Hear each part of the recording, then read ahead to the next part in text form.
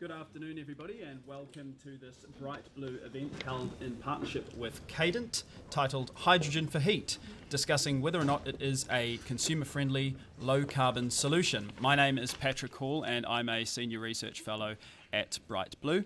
Just before we kick off, a little bit of housekeeping to go through. If you would like to tweet about this event, you can do so using the hashtags BrightBlue and COP26 to help amplify the messages that are being discussed on the panel today.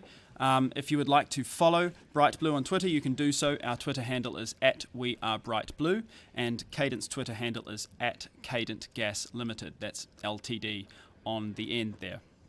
We do have an online audience as well as an in-person one. So for our online audience, if you would like to ask a question to the panel, you can do so using Slido, the link to which can be found in the description box below this live stream video. If you do want to ask a question in the audience here in person, I'd ask that you just wait until one of the roaming mics is passed to you. It won't give off any sound in the room, but it will be used for the live stream so that people watching virtually can hear your question, and it gives them a bit of context for when our panelists answer your question. But to kick off, 85% of our homes are heated by gas. Heating, cooking and industrial processes alone make up around 37% of UK emissions. Therefore, switching from gas to hydrogen would significantly reduce greenhouse gas emissions. The hydrogen strategy was published in August this year, setting out a plan of 5 gigawatts of low-carbon hydrogen production by 2030 to replace natural gas in 3 million homes, as well as industry and transport. It follows the Transport Decarbonisation Plan, also published this year, which recognises a role for hydrogen as a more sustainable fuel.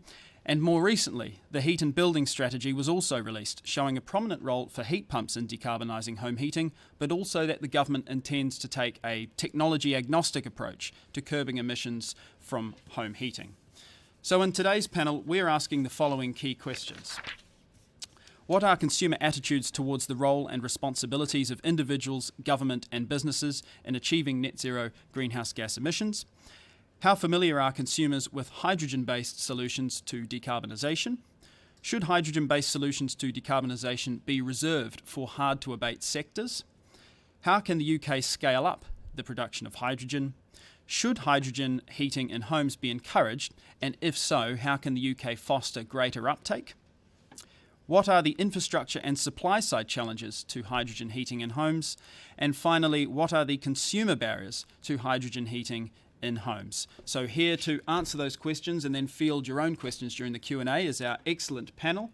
I'm joined by Dr. Richard Lowes, who is a Senior Associate at the Regulatory Assistance Project and Research Fellow at the University of Exeter. Claire Jackson is with us today. Claire is the Head of Innovation Low Carbon at GemServe and the CEO of Hydrogen UK. Previously, Claire was Program Manager at Hydrogen Hub. Andy Manning joins us. Andy is the Principal Economic Regulation Specialist at Citizens Advice and has former experience at Centrica and RWE npower. And David Watson is with us. David is the Head of Energy Transition at Cadent. Previously, he has held senior roles in Centrica and British Gas. So thank you very much to our panellists for joining us today. And I'm going to hand over for your introductory remarks to you first, Richard. Thanks, Patrick. Good afternoon, everyone. Thanks very much to Bright Blue for asking me to speak. So I'm Richard Lowes, and I've been working on the issue of heat decarbonisation for over 10 years now, originally working for a gas transporter, SGN, then at Exeter University, and now for think tank and NGO, the Regulatory Assistance Project. If you do know me, you'll know that I say honest, but often quite challenging things, and today will be no exception. So, fundamentally, tons of evidence shows that burning for hydrogen for heat is just not a good option, certainly not at the scale countries like the UK currently burn gas. At most, hydrogen may be a niche option in some geographies and some situations, but at worst, I believe it's a distraction that could delay the reductions in fossil fuel use that we need. So that's the overview. Now, I've been asked to think specifically about whether hydrogen is a consumer-friendly, low-carbon option. So firstly, what do people really want when it comes to heating? Well, people want to be warm, and they want to have access to hot water and cooking when they want it. Secondly, they don't want it to cost too much. And I think that's about it, really. I've never bought the argument that people are emotionally wedded to a particular technology. I've never seen any evidence that that's the case either. So, the two zero-carbon heating options that are widely seen to have value across the world for heat decarbonisation are heat pumps and heat networks, potentially together. So both of these technologies do tick the on-demand box for consumers. They're both available now, and they're used at scale globally. And the reason these technologies are seen to be key options, and hydrogen in general isn't for heating, is because of costs. Having observed multiple publications over the past 10 years, I've not seen any analysis that suggests that hydrogen would be a cheaper option than heat pumps and heat networks. And that's locally, nationally, and also internationally too. So in terms of the types of hydrogen that we could potentially use for heat, blue hydrogen, that produced from fossil fuels with carbon capture, I discount that for heating from the outset. It will naturally cost more than fossil gas, perhaps double. It requires continued gas production, so continued fossil fuel production, and potentially imports, which is a big issue for the UK. And it's not zero carbon, or perhaps even low carbon. And no one's proved it works at scale, so quite an important point there. And that leaves us with green hydrogen. Undoubtedly, the costs of green hydrogen will fall, but because it's produced from electricity and the process is inefficient, it will always be more expensive than the electricity it's produced from. And the efficiency of heat pumps, which produce heat at around 3 times less than the cost of electricity, means they always come out as a more cost-effective option. So the UK government's most optimistic projections for UK-produced hydrogen put it at around double the long-run cost of fossil gas. And the idea that countries can import cheap hydrogen at scale by 2050 is quite simply for the birds. Now, don't get me wrong. I'm not saying heat decarbonisation will be easy. It certainly won't. Heat pumps are more complex to fit than gas boilers, and there's a significant skills gap, and that's a huge current issue. Initial costs are also higher. Heat networks will be extremely complex to retrofit in urban areas, and the required energy efficiency rollout also needs strategic support. And it's that perceived difficulty that I believe is the reason, in part, that hydrogen has appeared on the agenda. Heat decarbonisation looks and is quite hard. But one would therefore assume that hydrogen for heat is rapidly deployable, yet I've seen no evidence of that, and even the UK government points to the late 2030s as when hydrogen deployment for heat might be able to be ramped up, and 2035 is halfway to 2050, and half of the time the world has to decarbonise. And progress is needed immediately if we're to limit warming to 2 degrees, let alone 1.5.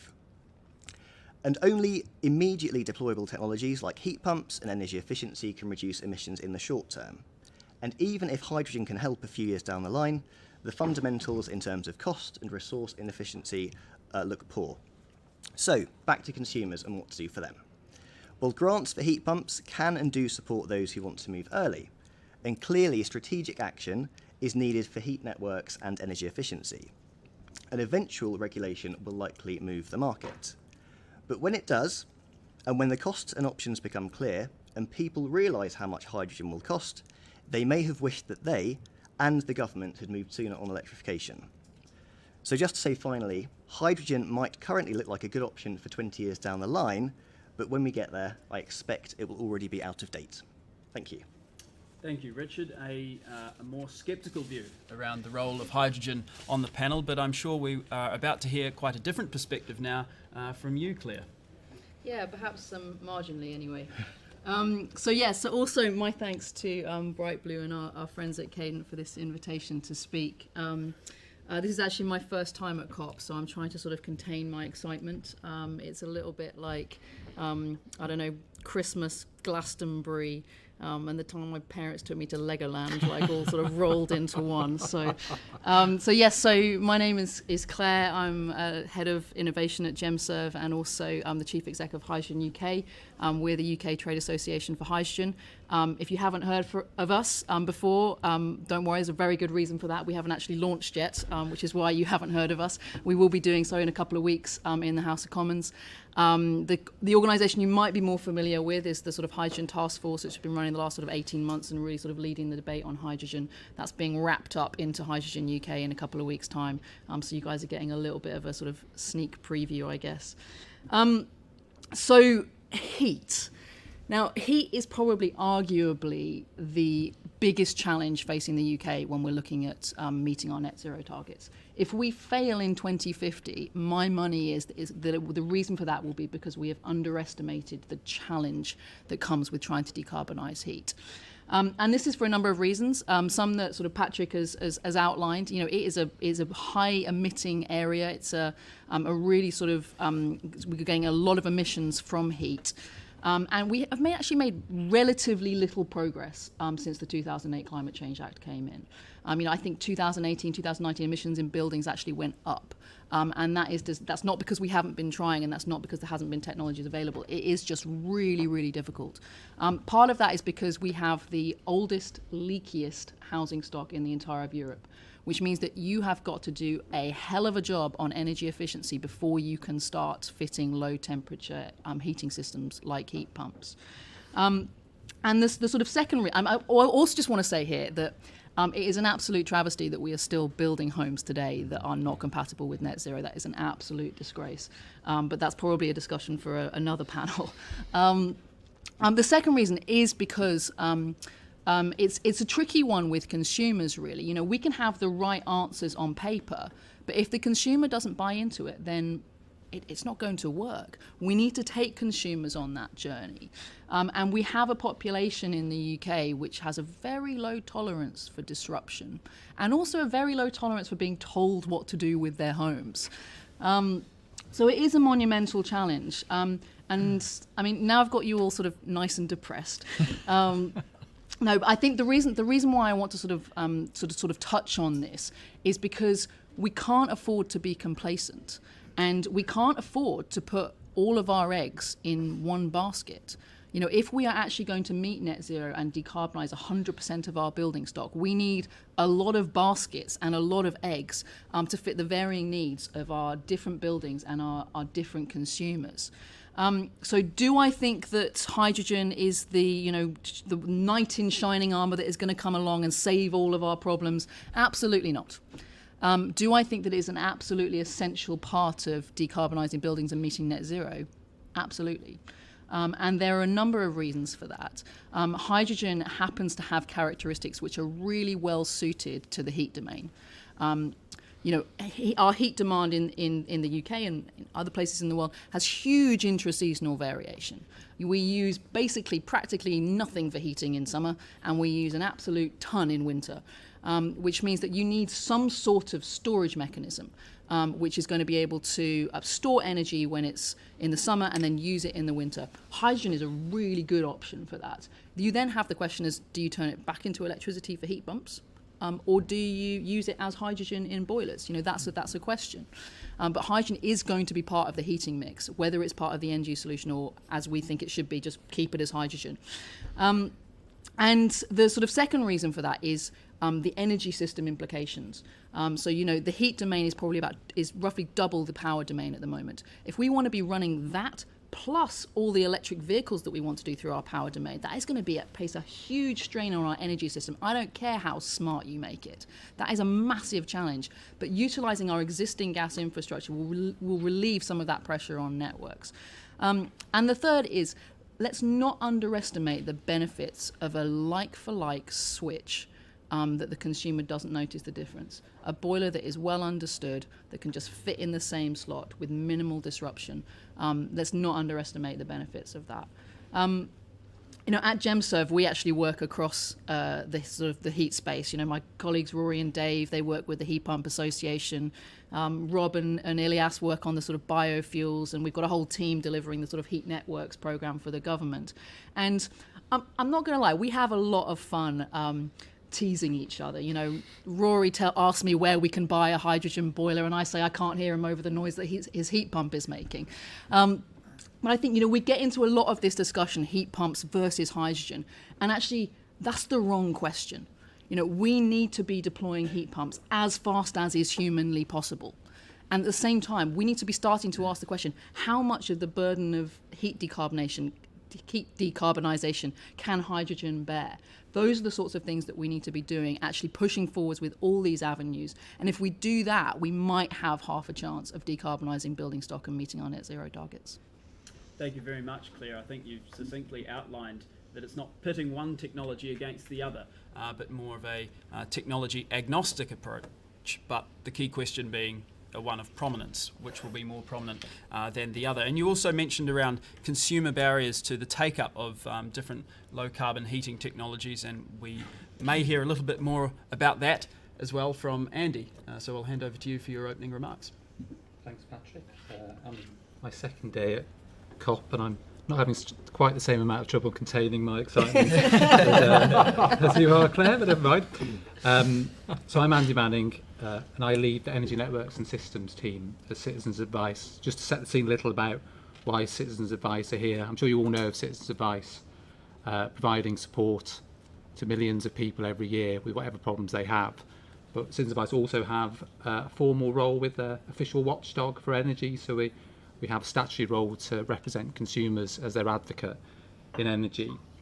And as part of that, over 1 million people have used, energy consumers have used Citizens Advice's services in the last year. So what we try and do is take that experience of the real life problems and the challenges people are going to face in the future and leave that to inform our advocacy. And we also do research as well. So hopefully I'll share some of the things today, some of them that Richard have covered. But as we say, this is important because our climate change goals can't be delivered without consumers. This will be changes in virtually every household. So to start off with hydrogen, then I'll broaden it out. As Richard said, what we find in our research is that consumers aren't particular about technologies. What they want to be is confident that they've got the right solution for their home. And as Richard said, this is about warmth, it's about controllability, and it's about affordability. And there are particular concerns about affordability, and it's not, when we talk to consumers, it's not just about their affordability. They're concerned about the vulnerable people in society, about whether they'll be able to afford it. Now, we do find that consumers are more accepting of a lack of choice than you might think. They do accept that's the way perhaps it has to be, but they do want some choice, and when they do want choice, that tends to relate to their budget. So regardless of the technology, they need a choice that is able to fit their budget. And they do want some control. So this plays to the cost point. If you are taking away consumers' agency by not giving them a choice over exactly the solution, they then expect to be protected against the costs and the quality of the service they get. So we put all that together, and the question about uptake on hydrogen heating, overall, we think this is simply what is the right answer. How do we reach net zero in the most cost-effective and fair fashion? Now, we think that's likely to be a blended scenario. So this is about how do we find the right solution for the right area. So what we need to do that is we see there's lots of the local area energy plans across the country, but that needs to be sitting within a national framework. So we get the right local solutions for each area, but that feeds into a coordinated national framework. And then if I look more broadly at heat decarbonisation, when we do focus groups on these sort of things, what comes through loud and clear is what consumers want when they're looking at the changes to their homes. What they want is impartial, unbiased advice. So we need to look at how we deliver that. A comparison that's given to me for what was going through in heat decarbonisation is comparing it to when the country converted from town gas to North Sea gas back in the 60s and 70s. I used this yesterday, and some of the people had literally no awareness of this, so I realise it's a dangerous comparison, but effectively all gas compliances had to be retrofitted as we changed the source of our gas. Now, when that happens, that was accompanied with a national information campaign, so that's public information at the national level, and then ground level support.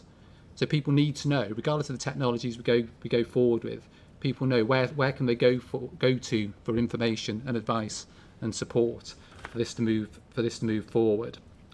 The final thing I would note, I do share Richard's concerns about impacts on heat pumps.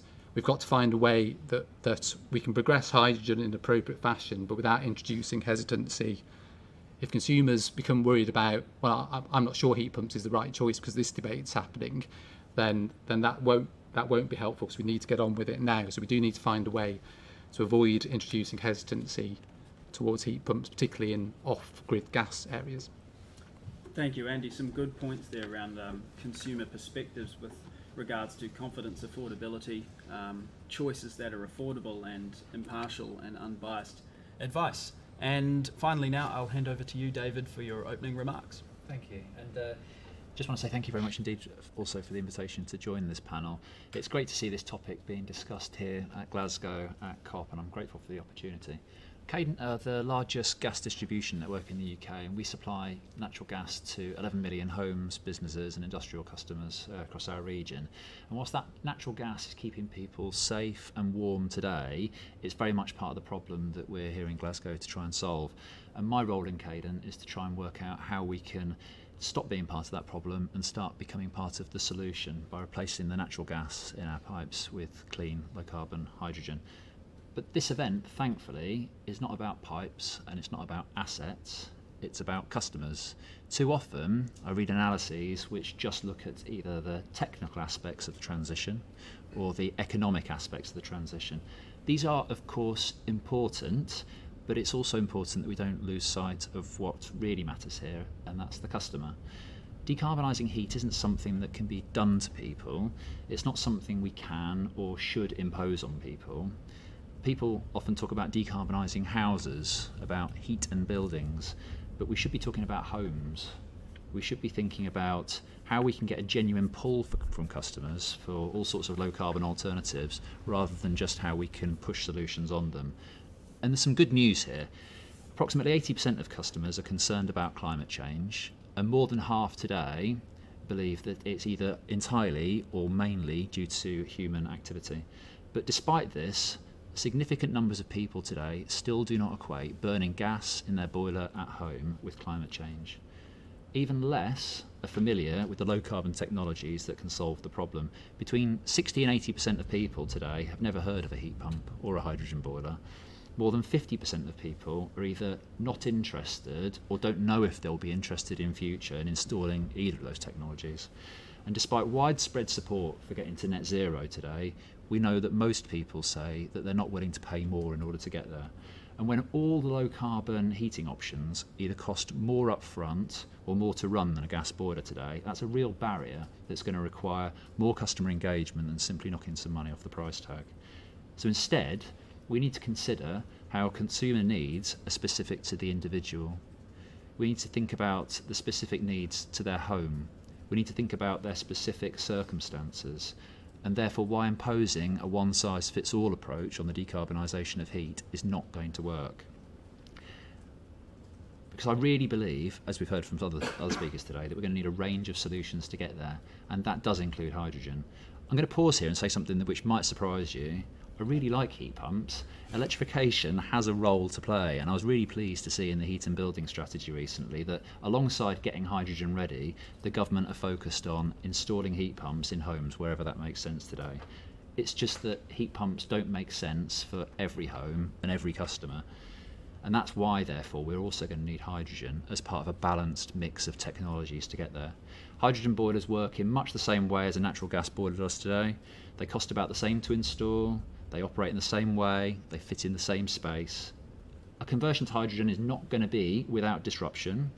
Customers may need a new meter or new hydrogen appliances, for example, but it's certainly going to be less expensive upfront and less disruptive than other low carbon heating solutions for many customers.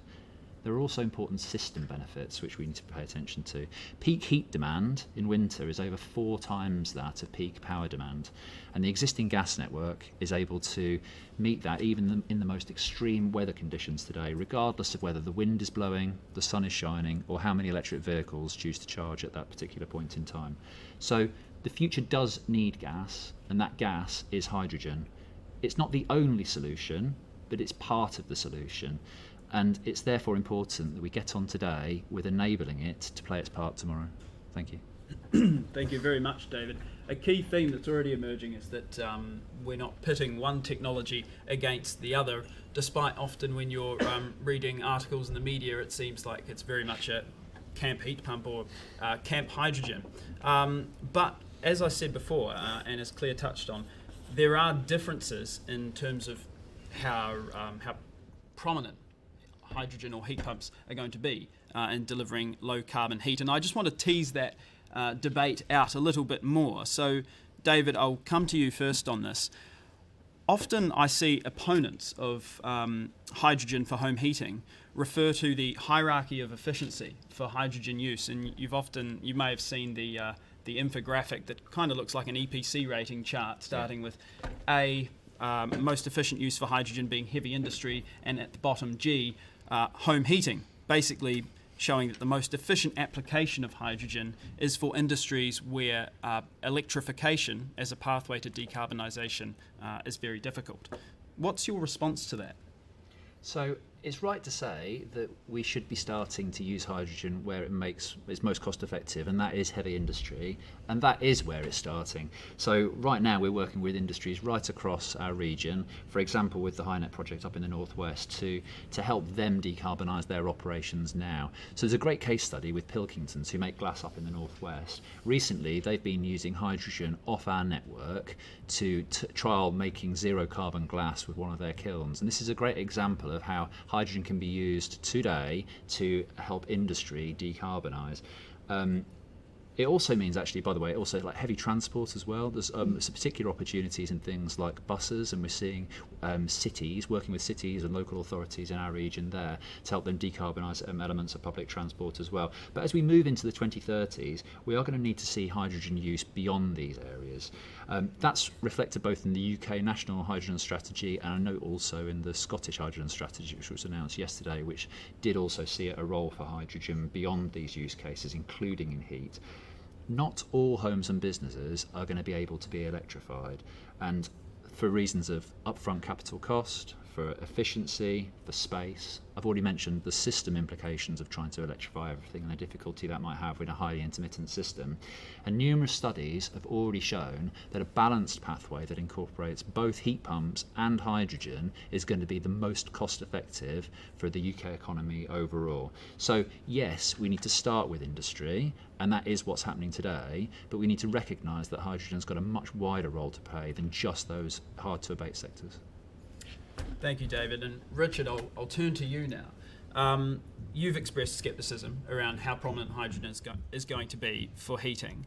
But isn't it just the case that outside of these sort of energy wonk circles, I mean, most of us in this room take an active interest in low carbon heating, but for the layperson, they just simply don't want to have disruptive retrofits to their home, and they don't want to pay much for it. They just want to go downstairs, go to the control panel on their boiler, set the temperature, and not pay an arm and a leg for it. So if you think about hydrogen, it's less disruptive in that respect in terms of retrofits.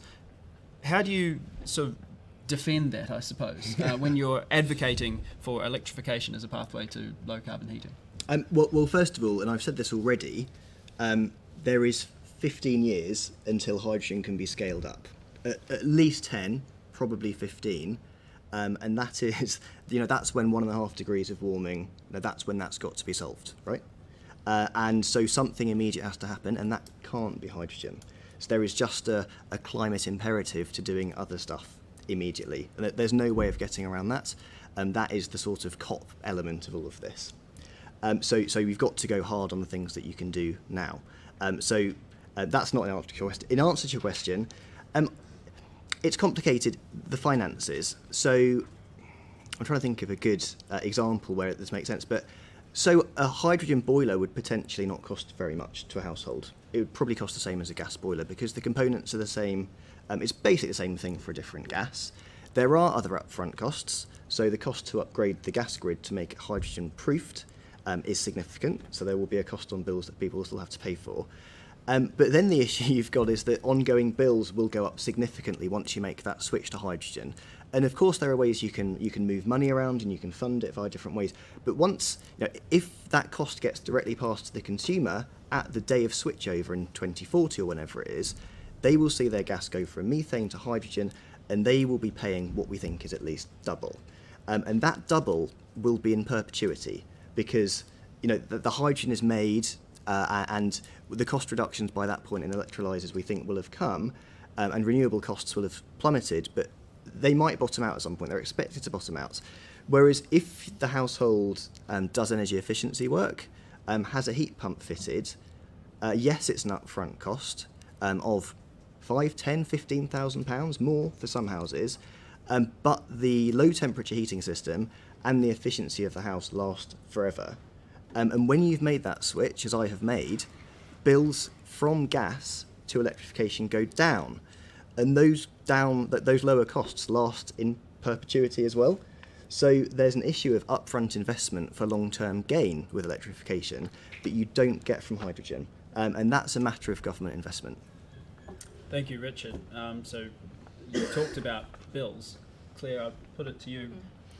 Should consumers expect significant cost increases on their energy bills if they go to hydrogen for heating? Well, I would say that many consumers, if you put heat pumps in homes that are not suitable for them, you will also see significant cost rises on your bill as well. So it's horses for courses, I think, when it comes to the actual buildings. The projected cost of hydrogen is coming down year on year. That's not just that the cost of hydrogen is coming down, but the projected cost of where hydrogen can get to is coming down as well. So in terms of, you're totally right that we will not see large-scale rollout of hydrogen heating in the 2020s. The large-scale rollout of hydrogen heating will happen in the 2030s. And the production and the scaling up of production that is happening at the moment and is due to happen over this decade will bring those costs down. And we don't know at the moment how low those costs can get. We know that they can get an awful lot lower than they are at the moment. I think the idea that you will be paying double what you're paying now is ludicrous.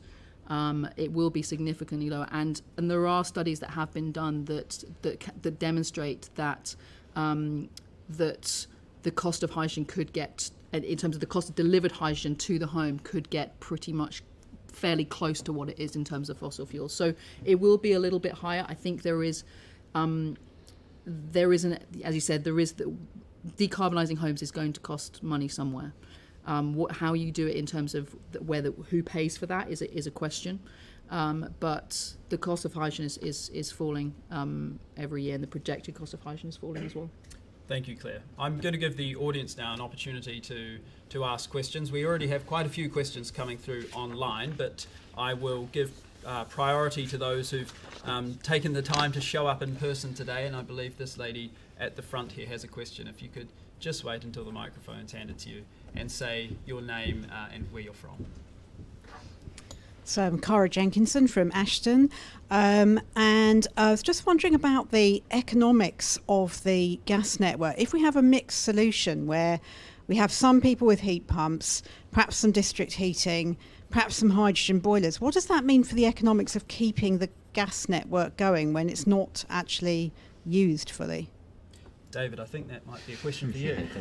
Yes, this is a great question, and the economics vary depending on the extent to which hydrogen ends up on the network. Today, we supply homes, businesses and industry. It's quite clear that large swathes of industry and some business will need hydrogen just for their ongoing operations. I stand here today making the case for why we're also going to need a significant amount of hydrogen in the mix for heating as well. But even let's say I'm wrong and that heat pumps pick up far more of the slack, the economics for the gas network still stack up into providing that flexibility, even as a store of, let's say you take a more pessimistic scenario where hydrogen's only coming in to help with winter peaks, for example, you're still going to need that gas network, but you're still going to need the flexibility that asset provides in meeting that peak heat demand, and the economic case of providing that still stacks up compared, for example, building the required amounts of renewables and power system flexibility that you would need to compensate for the loss of that asset. Thank you, David. I think there was a question from this gentleman over here in the green jacket.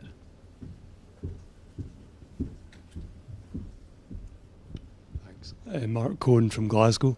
I was just curious about the costs of installation for the heat pump. You mentioned something about £10,000 or £15,000, and wondered if that was including the retrofit of insulation. And given that there was talk of our our housing stock in the UK being particularly leaky, what proportion of the housing stock or other stock of buildings could be retrofitted in that kind of way?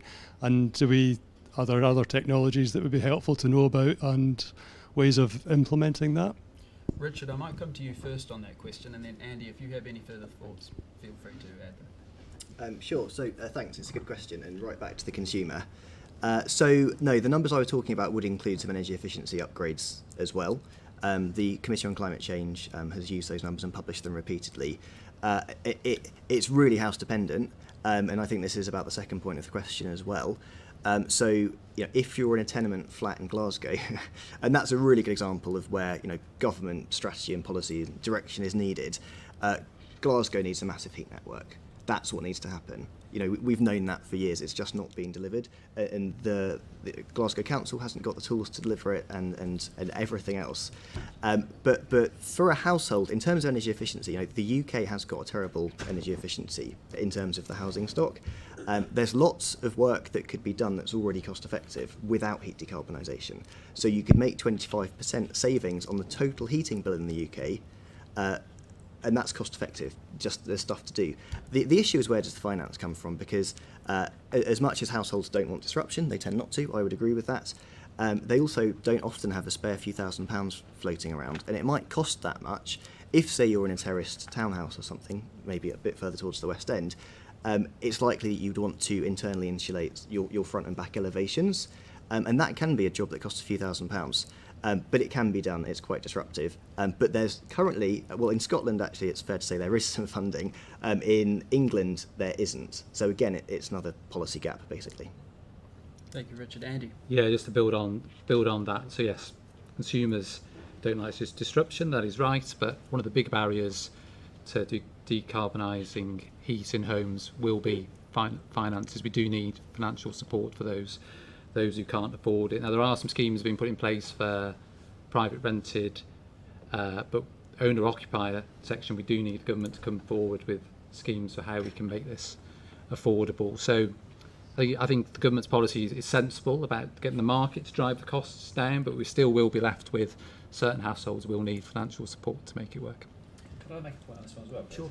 So, the 10k figure, you're right. It does include some energy efficiency measures, but as has been mentioned by other panelists today, every single home is going to be different, and for large numbers of customers, that's not going to cover it. So, for example, there are large numbers of homes which are going to need things like solid wall insulation, which you're not going to get for a heat pump plus solid wall insulation for 10 grand. I think there's for other customers as well, and this isn't for everybody, but for some customers, we need to recognise that a low temperature heating system may also involve new heat distribution systems. I mean, like larger radiators, for example, which adds to the cost. It may also require new pipe work to be put into some properties as well. Again, this is not for every property, but for some properties it will be, and that 10k figure won't add up.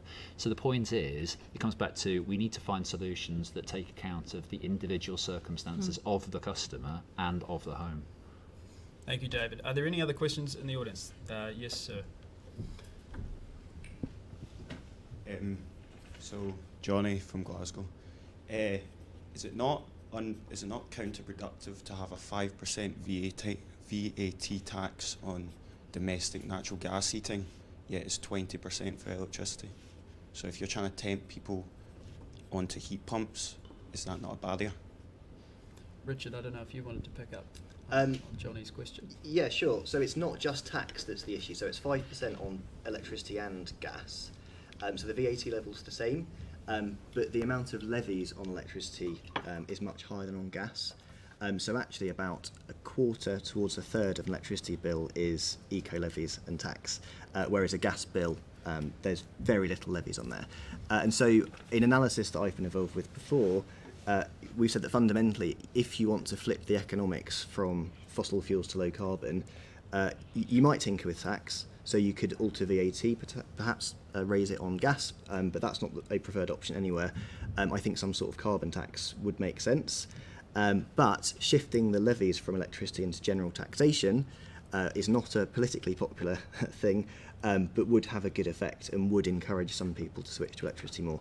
And the fundamental issue is that gas is cheaper than electricity when you can produce heat quite cleanly with electricity right now. So I just pick up. So I know I agree with that. It's one thing we have to recognise, that the costs of decarbonisation at the moment are largely covered through people's bills, and bills form a greater proportion of lower income households' total budget. So it does need, I think it is right to look at, can those be recovered through taxation? I think that there's a VAT point. I'm not an expert on this, but I think for lots of energy efficiency measures and low carbon technology, it is 20% on a number of those, and that does seem odd that you're paying a higher rate of VAT on energy efficient measures than you're paying for the actual energy itself. So that does seem odd to me as well, yeah. Thank you, Andy. I am going to go through some of the online questions because we are receiving quite a few.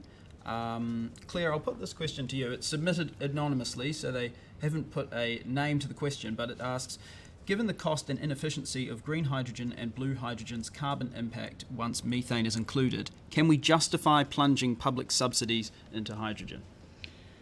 Okay, so there's been a lot of talk about the emissions associated with blue hydrogen recently. There's been some studies that came out of the States which drew attention to some emission issues with blue hydrogen. I think the reality is a lot of the figures that are knocking around are using technologies that are not going to be deployed in the UK. Using capture rates which are much lower than we are projecting in the UK, and using methane leakage rates which, quite frankly, are illegal in the UK. So it's a muddy kind of water and a muddy kind of narrative that's going around that just isn't based on the technologies and the projects that are in the pipeline in the UK to come forwards.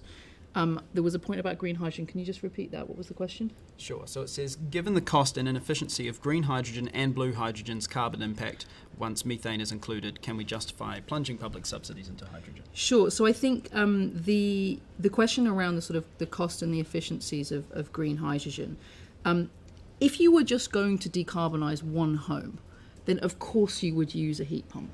Because it is a much more efficient way of doing it. But what we're looking at here is a huge mass of homes that has this huge intra-seasonal variation. And so actually you have to take that whole picture view when you're looking at efficiency. Because actually what we're talking about with efficiency really is cost. Like that's what we're trying to drive. And so you have to look at that as the output rather than efficiency for efficiency's sake. And actually, as David said, if you're looking to meet those giant peaks of demand that we have in the winter, then the amount of additional renewables that you would have to build to do that just with an electricity system, that in itself is a huge inefficiency. So there's lots of ways. It's actually a very complex picture, and it's hard to just distill it down to the efficiency of a particular technology. It's a much wider sort of picture than that. Can I add to that as well? Yeah, please do. I think there's a couple of the other point I'd say is that it's not all public money. There is some public money, for example, going in towards industrial clusters, but large amounts of this is private money from all sorts of organisations around the economy. Is the first thing I'd say. The other bit I wanted to just build on was your point about blue hydrogen as well. I kind of get a bit tired of the whole debate around colours. I don't think it does much for customer engagement. We're sort of referring to blue, green, pink, turquoise. There's all sorts of many different colours. I don't think customers really care whether it's blue or green. I think they care whether it's dirty or clean. And what we need to see is a move away from describing things in terms of colours. Well, I'm not going to mention the colours again, and start actually focusing on the carbon intensity of the hydrogen we're producing, and ensure that we've got proper regulations and proper standards, so that the hydrogen we're producing meets a sufficient carbon intensity standard which is commensurate with net zero, and to drive that down over time.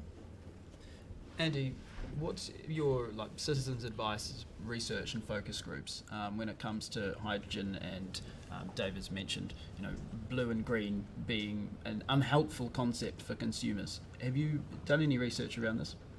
We've probably not directly in that area, but we have looked at, this is more around smart grids area, about the comprehensibility of messaging. And you get to this point that we can't underestimate how careful we have to be with our language. I was looking at this the other day, that phrases that we use all the time in terms of smart grids, like kilowatt hours and time of use tariffs. There's a section of the population that will struggle with those. So I think Dave is right that we do have to make sure our language is as accessible as possible if we want to engage.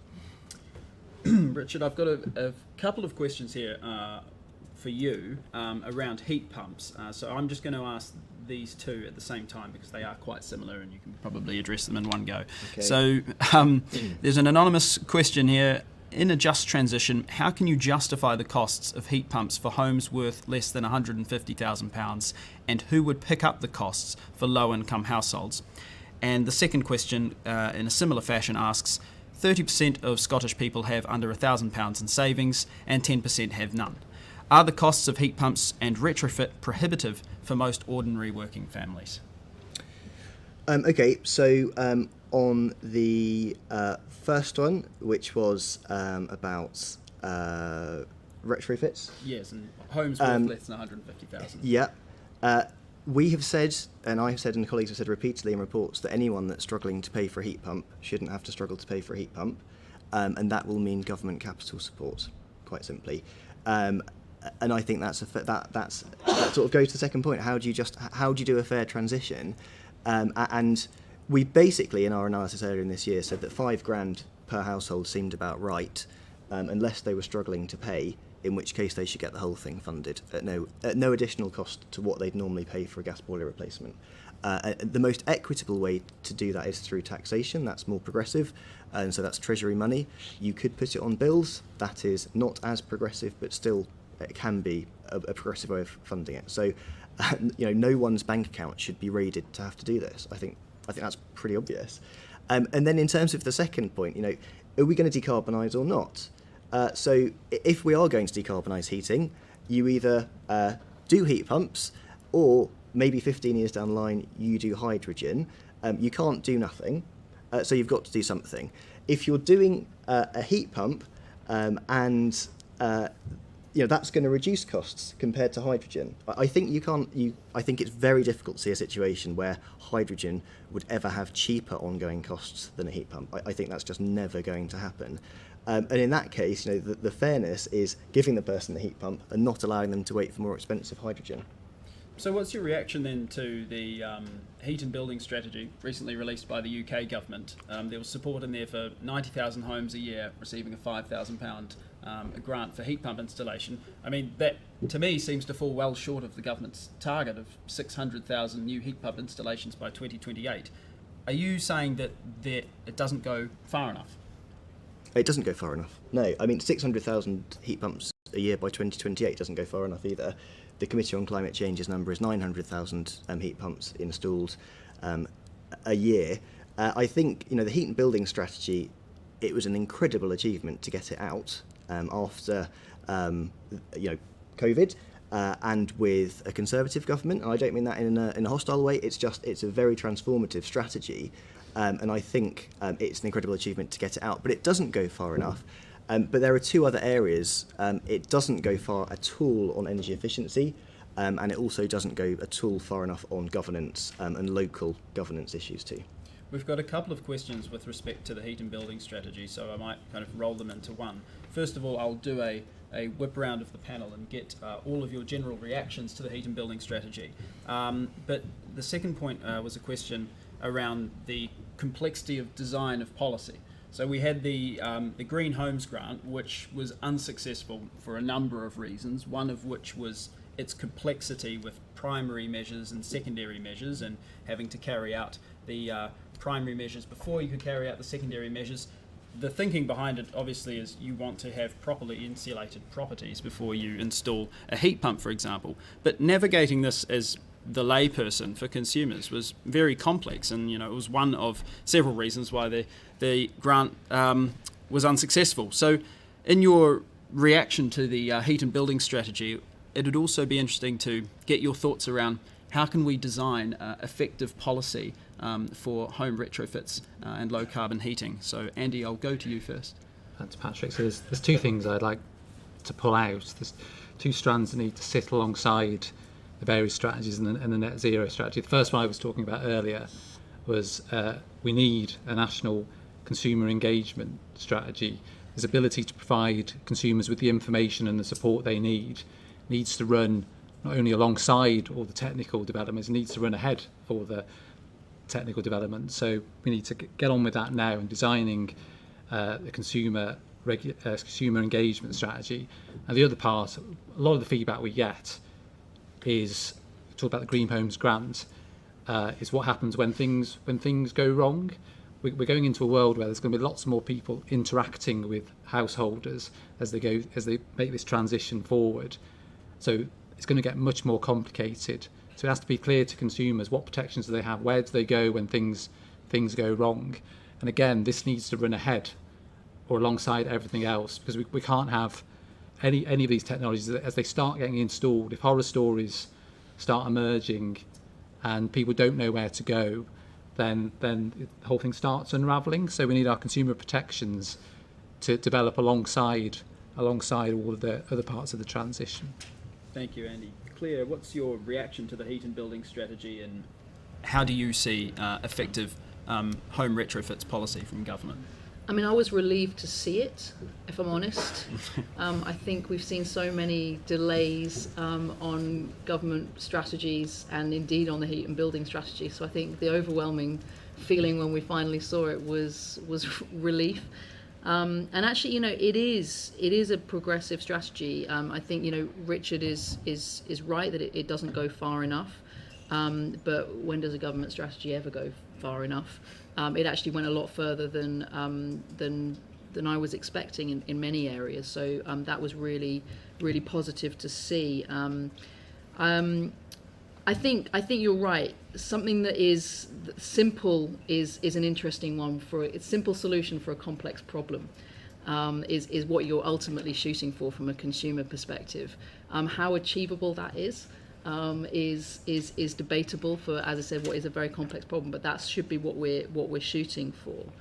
I totally understand sort of what you're saying around the sort of failure of previous policies. I think industry also needs a little bit of an early heads up, which is what we didn't have with that particular policy. Was industry was scrambling to deliver. So I think early engagement with industry on policy and shooting for a simple solution to a complex problem. Thank you, Claire. And David, I'll put the same question to you. Yeah, thank you. I actually agree with a lot of what I heard from Rich, Claire and Andy already there. So the heat and building strategy, it was great to actually see it come out finally. There's a lot of focus on electrification where that makes sense today, and that's absolutely the right policy for all the reasons that Rich has outlined for the 2020s. And there are barriers to electrification today, not least the upfront capital cost and the disruption. So it's good to see government trying to address those specific issues. So yes, it was good, but the one thing I was really disappointed in was the lack of focus on energy efficiency, which brings me to the second part of that, the Green Homes grant. So I remember trying to get my head around it, and I sort of had to read the document a couple of times. I think about my mum, and she's reasonably intelligent, a layperson in energy though, and her chances of understanding what her options were under the scheme and how she accesses it and what it means for her. The best, I hope she's not watching, but she's got no chance, to be frank. And so we think. And we need to crack energy efficiency, right? It's just the one thing that everybody on this panel and in this room and watching today would agree that we need to get on with. And so when I think about what would make a good energy efficiency scheme, it's probably facets of what we've tried before in other schemes, right? So it needs to be simple is the first thing, and that not just meaning for tradespeople to access or the people, energy companies if they're implemented, but also my mum to try and understand. It needs to have access to cheap finance because there's an upfront capital cost that we're not going to be able to get away from when it comes to energy efficiency, and some of it, particularly for some of the poorer quality housing stock, like solid wall insulation, can be really expensive. I think there's a role for white certification schemes. There's an interesting scheme going on in Italy, which I encourage people to have a look at, where anybody can install these measures to a particular standard and then claim the credits back, so it broadens the pool in much of the same way the Green Homes Grant tried to do unsuccessfully. And then a nod to Andy's point, which I think is absolutely right. This all needs to be wrapped up in solid customer protection, because if we get cowboys installing poorly designed measures in the wrong houses, in the wrong place, at the wrong price point, it'll just undermine all the efforts we're trying to make in the country. That's right. Just specific on Green Homes Grant, the number one concern that consumers bring to us as citizens' advice was about scams with Green Homes Grants. May I come in? Yeah, sure. I just think it's worth saying that the Green Homes Grant was a real hash. It was a total failure. The issue was that the money was given to BEIS without their knowledge. So the Treasury found the money and gave it to BEIS, and it was rushed. They said get the money out by this date, and it's not possible. And the fundamental reason for that is that energy efficiency markets and heat markets take a long time to develop. They have complex supply chains. They require skills. And so we don't need to reinvent the wheel, because there are other countries who've done extremely well on energy efficiency. Germany is a good example, and they've got effectively free loans from the government bank that any household can apply for, and it works fine, has been going fine for over a decade. And then on heat pumps, we just need to look to Scandinavia, where they're at mass market levels, and what it has required is consistent, clear policy. Not throwing a few £1 million at the market every few months because it will get a press release, and that's where we are. And I think we need to just bear in mind that the Swedish heat pump market, for example, developed over the past 30 years, and it developed like a wave, ups and downs, peaks and troughs as policies came in and policies came out. We haven't got time for that. We've got to have a straight line all the way to 2050, so we haven't got time for any failure. Thank you, Richard. Are there any other questions in the audience? You, sir. And then I'll go to, for our online viewers, I'll get to your questions after this, gentleman. Thank you. Hi, I'm Simon from Ashton. I'm a little confused. Are you suggesting in terms of hydrogen boilers you will take a fabric-first approach to home? So you will install energy efficiency before hydrogen boilers are installed? Or are you suggesting that you think hydrogen will be so cheap it won't be necessary to install energy efficiency measures? Is your question directed to a particular panellist? Maybe Claire? Claire? I think we would all advocate for a fabric-first approach. Energy efficiency needs to be rolled out at scale across the UK, regardless of whether you're putting a heat pump or a hydrogen boiler in. Yeah. Can I add to that as well? Yeah. It's a great question, because I think often people assume that people that are advocating for hydrogen's role in heat, so you don't need to worry about energy efficiency. It's not true. We just need energy efficiency, whether it's a heat pump or hydrogen. The point I would add to Claire's comment there is that what hydrogen enables you to do is divorce that installation of fabric from the point of failure on a gas boiler. So at the point someone's gas boiler fails, you don't necessarily need to have the energy efficiency installed at that point for a hydrogen system to work. It will just work. That's not to say that we don't need to increase the energy efficiency, improve the energy efficiency of these homes. We absolutely do. It gives you some flexibility about when that happens and the degree to which it happens. Thank you, David. I think there was a question of this lady at the front here. Yeah. Thanks. My name's Susie Martin. I work for Liberty One Communications, which is a communications consultancy, and we advise quite a few clients in the energy sector.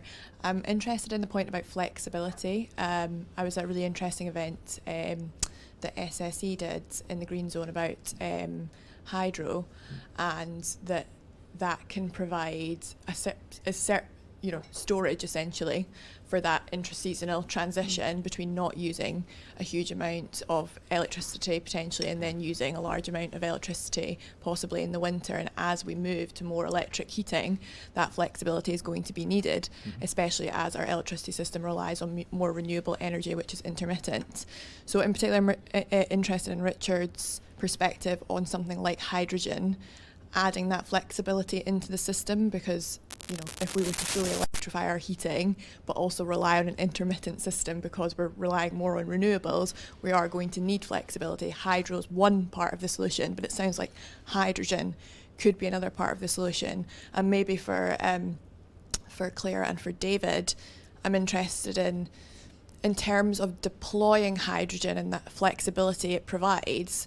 Do you see it that hydrogen, there needs to be a mix of hydrogen and heat pumps across the population, or in the future will somebody potentially need a hydrogen boiler as a backup to an electric heating system that, you know, potentially might not come into play depending on the intermittency of the system. I hope that makes sense, because I'm a lay person, although I do advise some energy companies on their communications.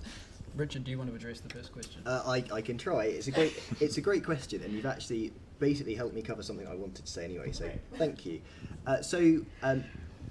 Why? I guess fundamentally, why do we think hydrogen has value? Because if you didn't have to worry about flexibility and storage, you'd just electrify everything, and you'd have instant on-demand electricity and instant, you know, heat delivered. That's not possible because you have to match heat demand with electricity demand. If you're using heat pumps, and the same with gas, you have to match that demand with the supply. And so the value of hydrogen is that you can store energy. That's it. That is why hydrogen is valuable. You can store energy, and it's cheaper to do so than a battery. Basically, that is why everyone gets excited about hydrogen, and for those purposes you can do lots of stuff with it. Maybe a train, you know, maybe a plane eventually, and potentially heating as well.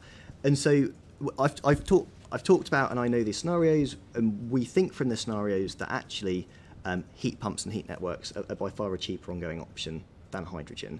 And the reason for that is because of the efficiency thing, because the storage isn't efficient. But there is still, in those scenarios, a huge role for hydrogen. It's just not being used inside people's homes. And where its role is in balancing the electricity system. So as we now balance the electricity system with gas, so the system is pretty much just renewables topped up with gas.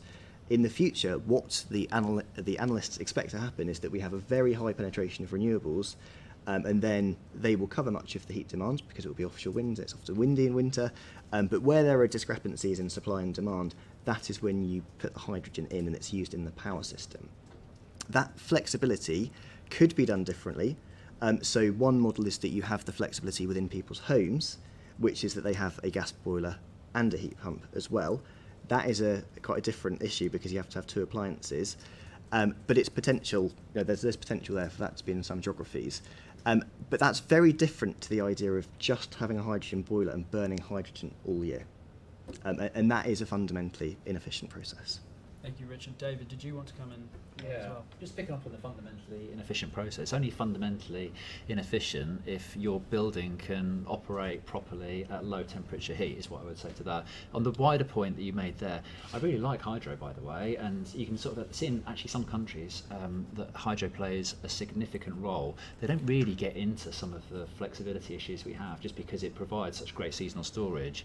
Unfortunately, there is some hydro potential in the UK today, but just the geology and the geography means that it's going to be a limited role. We need to max it out, however, it's not going to be the big solution. And so, as Rich says, well, I would agree there, hydrogen does give you the flexibility to have long-term seasonal storage. Batteries are good for like 8 to perhaps even up to 8 hours, up to potentially a day.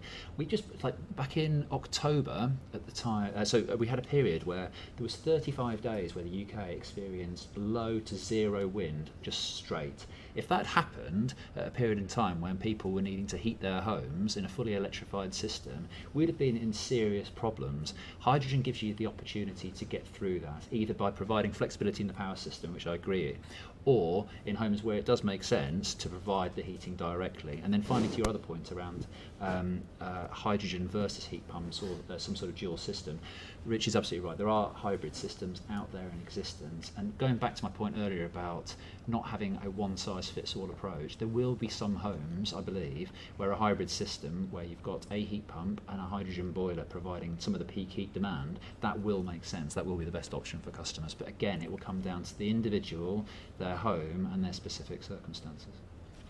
Thank you, David. I'm going to go to a question from one of our online viewers called Debbie, who asks, how costly is the process of electrolysis and is it efficient? Should we be using the electricity for home heating instead of turning it into hydrogen and then using it? Claire, I might put that question to you.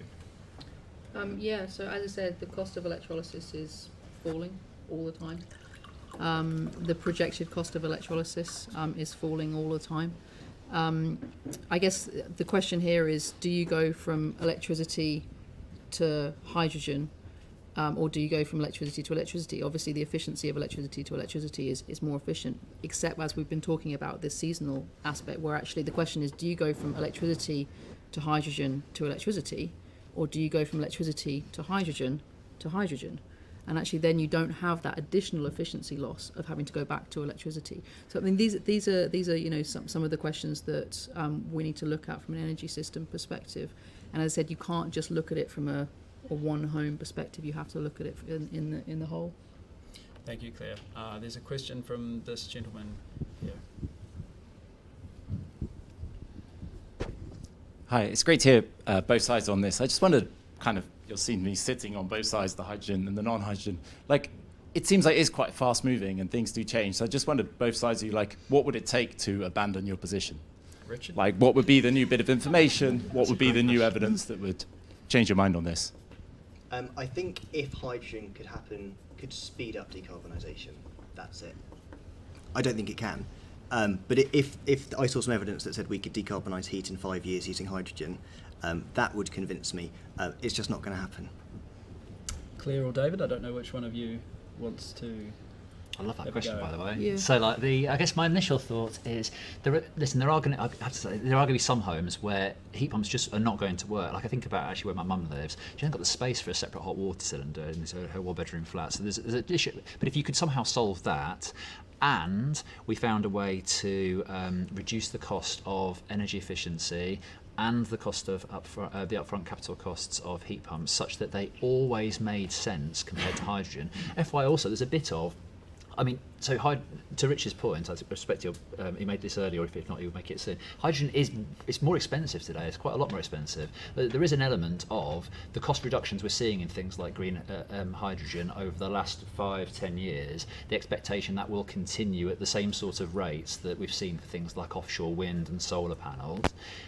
If in 10-15 years' time, for whatever reason, costs of hydrogen have plateaued at today's level, then yes, it would make less sense. There's an expectation that those costs will continue to fall. So that might change my mind to a certain extent. Claire, I don't know if you wanted to. Yeah, I mean, I think I'd probably echo what David's just said. At the moment, there's a decent chunk of our housing where I can't see how a heat pump will ever work.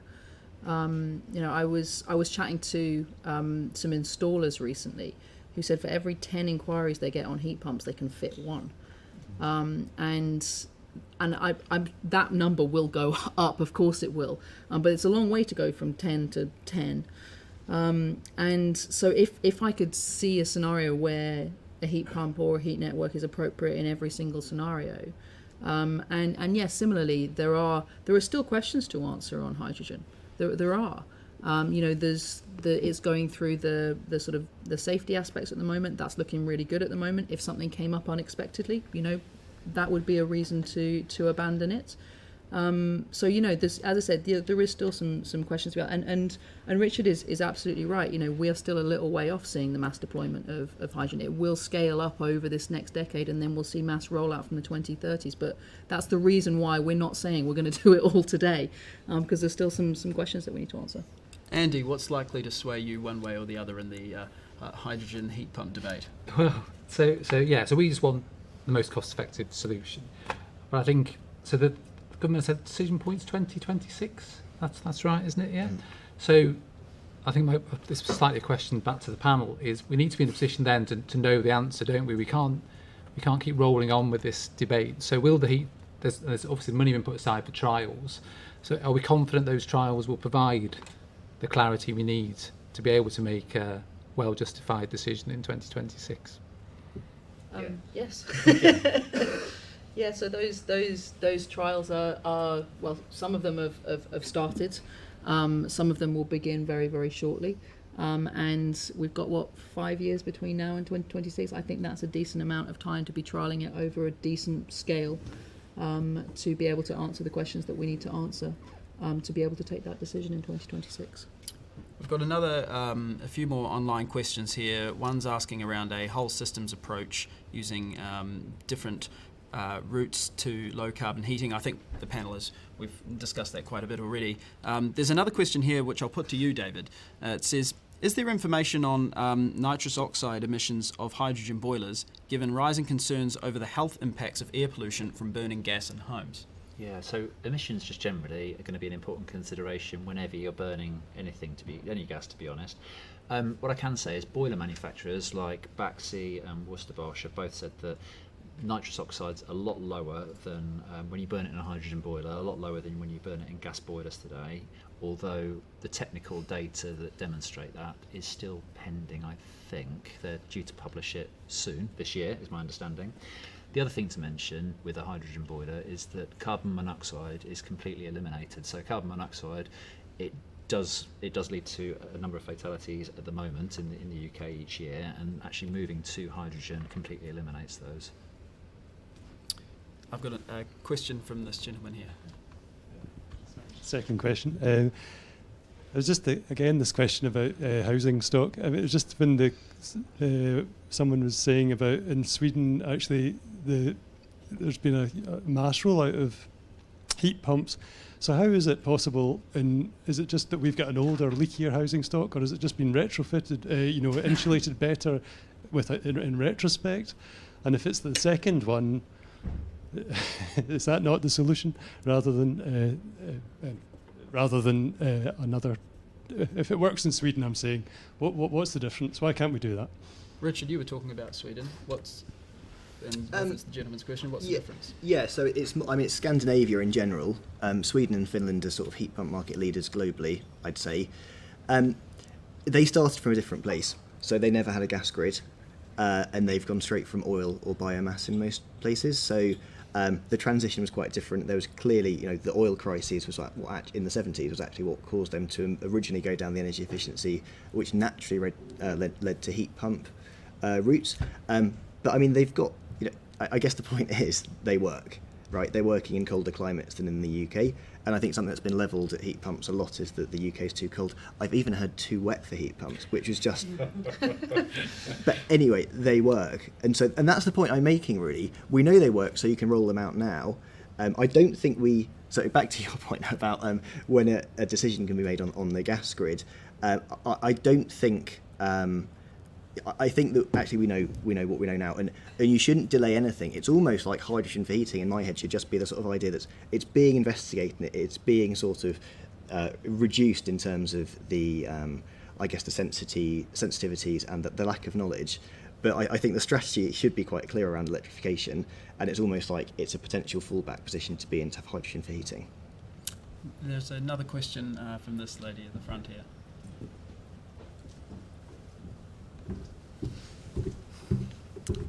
Yeah, seeing as we're having second goes.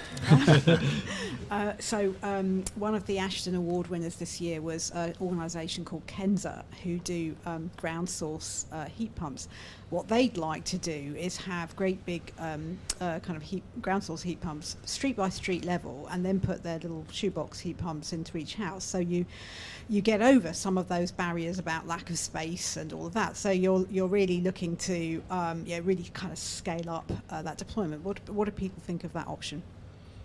Richard, would you like to go? Yeah, sure. And as a Cornish resident, Kenza is a Cornish company too. I should obviously offer them my full support. So Kenza have really been trying to transform the market, and it's great to see, I think, a British company doing that. They are fundamentally their ground source heat pumps that they produce, which isn't a new technology and which is used all around the world. The difference is that they're talking about networked options, so pipes in streets, shared ground arrays, shared boreholes and that sort of thing, which is great. They've even done, I think maybe this is where the award went to, the whole block of flats that had basically a big bore well, and each flat had its own unit. And that's perfect. It's not perfect for every situation, but what it highlights is because it is such a good option in some situations, there's no government sort of strategy around local heating, nothing whatsoever. The heat and building strategy was empty. It pointed towards the net zero strategy, and that had even less local stuff in it. And so I think without reforming the sort of governance in terms of who's responsible, what do local authorities do, how are they funded, we're never going to do those Kenza projects at scale when we rapidly need to.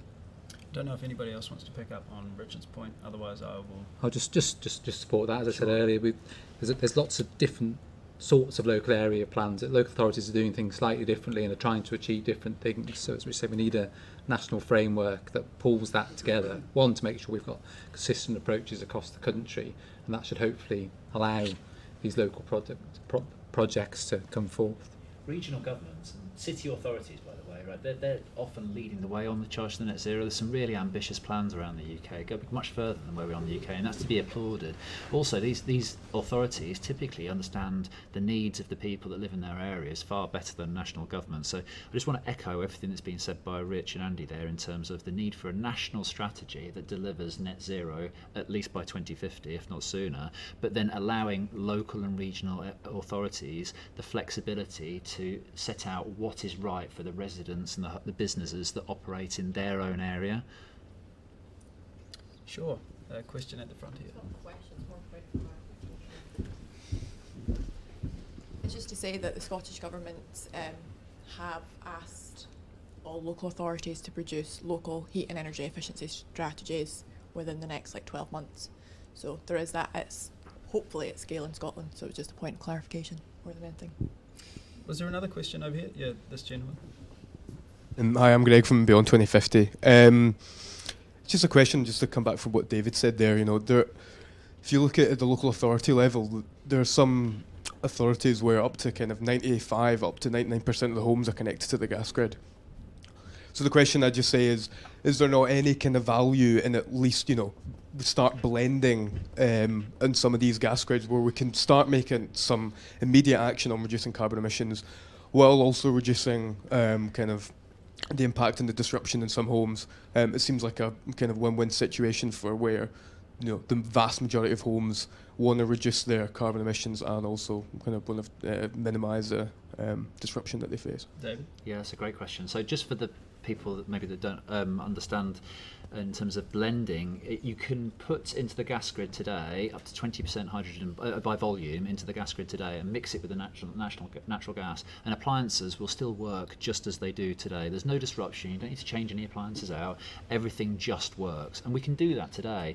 So some of the trials that ourselves and other the gas networks have been involved in recently have been looking at how that might happen. We've been running on a gas network at Keele University, for example, for the last couple of years, where residents there have been using a blend of hydrogen and natural gas. There's today people woke up in Winlayton and they're cooking their eggs on their stove using hydrogen today, using it in blended gas. It happens. We know it can happen safely. It could be a way to deliver a 6% reduction in emissions just like that. Also, I would say that if you use blending, if we move towards blending, I think the government are looking at this towards the middle of the decade. If we can sort of move towards blending by the middle of the decade, it creates the sort of demand base which can be necessary to bring production of hydrogen at much more scale and achieve much faster cost reductions for the hydrogen that we think we're going to need into the 2030s and beyond. So I think there's a huge case for blending. May I comment on Sure. that one, please? I do have a slightly different view to David on this one, and I agree more about actually a role for 100% hydrogen than I do for blending, to be honest. 6% emissions reduction, it's marginal. You could achieve that by turning your flow temperature on your boiler down, and Cadent should be pushing that as well, basically. So it's sort of like I see it as slightly a road to nowhere. It's like you're getting to the end of the road and you've got your 6%, and it doesn't really, apart from potentially driving the market, which it could do, sure, I get that, it doesn't then technologically allow you to get to 100%, because you have to literally, on that day, turn off the gas pipes, fill it back up with hydrogen and turn it back on. So a very small reduction is possible with blending, only, and that 6% reduction is assuming it's zero carbon hydrogen. If it's blue, it won't be. We don't currently have green, and the trial projects that are currently underway are using grid electricity, which is actually increasing the carbon emissions of those areas because of the efficiency of the process. So I'm really sceptical about blending, much more so than 100% hydrogen for heat. I could just come back on that. It's not an either or, right? So we can do this, and we can be installing heat pumps, and we can be investing in the trials for 100% hydrogen.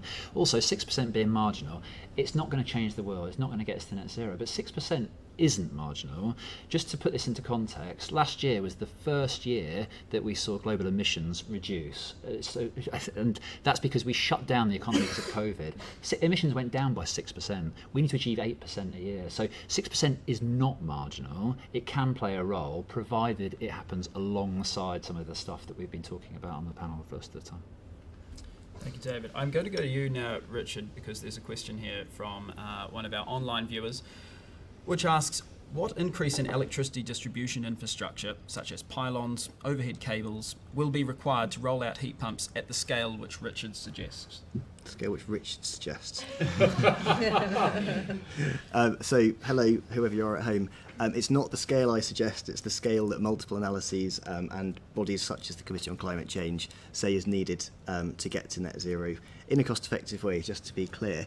In terms of infrastructure, it's significant. We are talking about local substations being upgraded, wires in streets being upgraded in the same way that we do already. I mean, we do replace electricity wires every 50 years or so, in the same way that the gas pipes are currently being replaced across the country. So it's significant infrastructure change. In terms of transmission infrastructure, there's actually quite a lot you can add to that without adding, more towers, more undergrounding. But it's huge. We're talking about transforming the biggest part of the energy system of one of the world's largest economies. I can help Richard out here actually, because I've got some numbers on this. So I have to say, it's upgrading the energy system, regardless of whether it's hydrogen or heat pumps, is going to be expensive. But Element Energy looked at this for the Committee on Climate Change, or Climate Change Committee, I should say, and they put a price tag of over £200 billion on it, on upgrading the electricity network. Upgrading the gas network was significantly less, at around £70 billion. So significant investment is going to be required regardless of the choices we make. However, excluding hydrogen from the heating mix is going to lead to a much more expensive solution from a system point of view. While I've got you there, David, because there is a question on infrastructure from Andrew Lemming, which asks where the cost for gas infrastructure should fall, and you've just mentioned a £70 billion figure there. Should this fall for Treasury, for industry, for consumers? Yeah, so right now it's largely consumers. I've got my personal view is that it's the least progressive solution possible, and I think I'd probably say that. Well, it'd be great to get the panel's views and see whether they agree. I would love to see that move into general taxation. It's far more progressive. The cost of getting to net zero is going to require significant investment upfront, regardless of the solution we pay, and those that are able to pay more of it because they're fortunate to have our incomes should pay more to it. At the moment, though, it is largely going to come from private investors investing in the infrastructure, but then those costs flowing through to bills, gas or power. Andy, do you agree with that? Off bills and onto tax? Yeah, off bills and onto tax, absolutely. The only thing I know is just trying to put some sort of positive spin on the costs for reinforcement, particularly the electricity network. If we get the approach to smart grids right, there is an opportunity for consumers with how they use their electrical products like EVs. There is an opportunity for consumers to play their part in reducing those costs, and it stretches some extra value for themselves. So there is some positive element of investment in electricity infrastructure. Claire, I've got a question online here for you, which is asking to address the issue of additionality. It says, unless you're proposing fossil-based hydrogen, then you'd need even more renewables to make green hydrogen for heating.